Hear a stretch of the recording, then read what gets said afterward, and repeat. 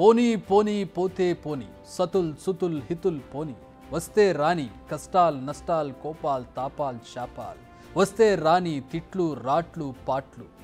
ఏంటి మహాప్రస్థానంలోని శ్రీశ్రీ గారి కవిత చెప్తున్నాను అనుకుంటున్నారా?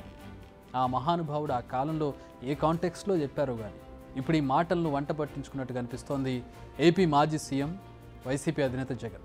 అవును, శ్రీశ్రీ కవితకు జగన్ ఆలోచన విధానానికి ఇప్పుడు పర్ఫెక్ట్గా సింక్ అనిపిస్తోంది. వెళ్ళిపోవాలనుకునే వారిని ఎంతమందిని ఆపగలం, ఎంతకాలం అని ఆపగలం, అది వారి ఇష్టం. అది వారి విలువలు నైతికతకు సంబంధించింది. ఉండేవాళ్ళు ఉంటారు, పోయేవాళ్ళు పోతారు. దానికి మనం ఏం చేయగలం? ఇది ఇప్పుడు తన పార్టీ నేతలతో జగన్ చెబుతున్న మాట. ఆయన మాటల్లో కాస్త వైరాగ్యం కనిపిస్తోంది. ఉన్న పార్టీ నేతలు కూడా వెళ్ళిపోతారన్న భయం, బాధ కనిపిస్తోంది. ఇప్పుడు ఈ మాటలను ఎలా రిసీవ్ చేసుకోవాలో అర్థం కాని సిచ్యువేషన్లో ఉన్నారు వైసీపీ నేతలు. బెంగళూరు నుంచి తాడేపల్లికి వచ్చిన వైఎస్ జగన్ మళ్లీ పార్టీ నేతలతో భేటీ అవుతున్నారు. నిజానికి ఇది సంతోషించాల్సిన విషయమే. రీసెంట్గా తనను కలిసిన నేతలతో ఆయన ఈ వ్యాఖ్యలు చేసినట్టుగా తెలుస్తోంది. ఎన్నికల్లో దారుణ ఓటమిని ఆయన ఇంకా పూర్తిగా డైజెస్ట్ చేసుకున్నట్టుగా లేదు. కానీ ఇంతలోనే ఉన్న నేతలు కూడా పార్టీ మారుతారన్న ప్రచారం ఇప్పటికే మొదలైంది. అయితే జగన్ వ్యాఖ్యలను కాస్త డీకోడ్ చేస్తే అర్థమయ్యే విషయం ఏంటంటే, ప్రస్తుతం శాసనసభలో ఏ వైసీపీకి పెద్దగా చేసేది లేదు. ఎందుకంటే కేవలం 11 మంది సభ్యులు మాత్రమే ఉన్నారు. అందుకే తన శాసన మండలిని తన బ్యాటిల్ గ్రౌండ్గా మార్చుకుంటున్నట్లుగా తెలుస్తోంది. ఎందుకంటే మండలిలో మరికొన్నేళ్ల పాటు వైసీపీదే పైచేయి. టీడీపీ అసెంబ్లీలో ఎంత తమ నిర్ణయాలను సునాయాసంగా అమలు చేస్తుందో, మండలిలో మాత్రం దాని పాచికలు బారే అవకాశం లేదు.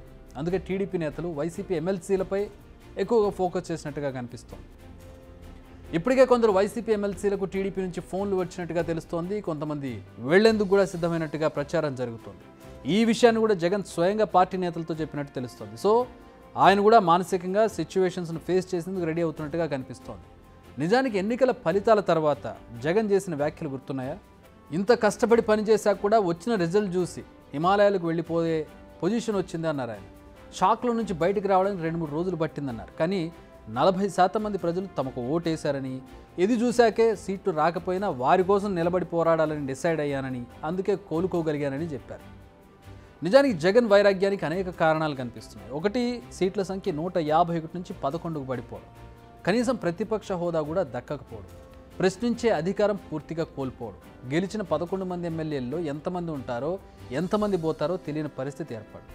అంతో ఇంతో సంఖ్యాబలం ఉన్న ఎమ్మెల్సీలో కూడా ఎంతమంది ఉంటారో వెళ్ళిపోతారో తెలియని పరిస్థితి రావడం, తమ ఆయువు పట్టు అనుకున్న రాయలసీమ కేవలం 5 సీట్లు ఇవ్వడం, ఒకప్పుడు క్లీన్ స్వీప్ చేసిన జిల్లాలో కనీసం 1 సీటు కూడా రాకపోవడం, ఇలా ప్రతి విషయం ఆయన మనసుకు ముళ్ళలా గుచ్చుకుంది. అందుకే జగన్ ప్రస్తుతం వైరాగ్యపు స్టేజ్లోకి వెళ్ళిపోయారు.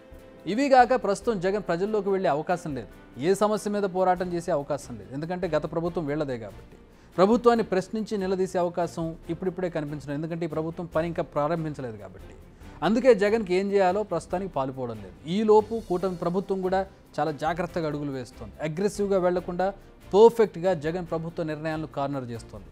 ప్రతిదానికి ప్రూఫ్స్ చూపిస్తూ ముందుకు వెళ్తోంది. ఎందుకంటే ప్రజల్లో ఒక మిస్కన్సెప్షన్ వచ్చే అవకాశం ఉంది. దీంతో ప్రజల్లో జగన్ ప్రభుత్వ నిర్ణయాలపై వ్యతిరేకత ఇంకా పెరుగుతుందే తప్ప ఎక్కడా తగ్గడం లేదు. అది టీడీపీ స్ట్రాటజీగా కనపడుతుంది. దీంతో జగన్కు ఇప్పుడు భేటీలు, ఓదార్పులు తప్ప మరో ఆప్షన్ కనపడడం లేదు. ఎస్పీకి 4 సార్లు 5 సార్లు 10 సార్లు ఫోన్ చేసినా కూడా ఎస్పీ రాని పరిస్థితిలో ఉన్నప్పుడు, కనీసం సిఐని ఎస్ఐని కూడా పంపించిన పరిస్థితిలో ఉన్నప్పుడు, అటువంటి బూత్లో, సెన్సిటివ్ బూత్లో కేవలం ఒకే ఒక్క హోంగార్డును పెట్టి బూతులు నడుపుతూ ఉన్నారు. అటువంటి పరిస్థితుల్లో అన్యాయం జరుగుతూ ఉందని చెప్పడం కోసం, అన్యాయం జరుగుతూ ఉన్న వాళ్ళ పక్షాన్ని నిలబడడం కోసం ఎమ్మెల్యే లోపలికి పోయి ఈవీఎంను పగలగొట్టే కార్యక్రమం జరిగింది. ఎందుకు ఈవీఎంలో నిజంగానే ఎమ్మెల్యేనే రిగ్గింగ్ చేసుకుంటా ఉంటే, ఎమ్మెల్యేకి అక్కడ నిజంగానే ఎమ్మెల్యే పరిస్థితి అంత బాగుండింటే ఎందుకు ఎమ్మెల్యే ఈవీఎం పక్కన కొడతాడు? అక్కడ పరిస్థితి బాగలేదనే కదా, అన్యాయం చేస్తూ ఉన్నారనే కదా. అక్కడికి పోయినప్పుడు అన్యాయం చూశాడు కాబట్టే కదా ఈవీఎం పగలగొట్టాడు. ఆ ఈవీఎం ఏదైతే పగలగొట్టిన కేసులు ఏదవుతుందో తనకు బెయిల్ వచ్చింది. ఎమ్మెల్యే అక్కడికి వెళ్ళి హత్యాయత్నం చేశాడట.